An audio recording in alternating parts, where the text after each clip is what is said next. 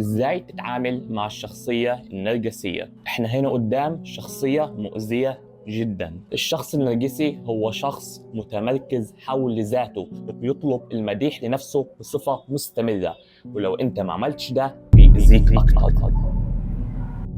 زي ما احنا متعودين، مش دورنا نشخص أو نعالج، بس دورنا نتعلم إزاي نتعامل معاه. الأفضل إننا نبعد عن الشخص دي تماماً عشان نحافظ على سلامنا النفسي، بس للأسف مش على طول بنقدر نعمل ده، لأن الشخصية دي ممكن تكون زوجك أو حتى أبوك.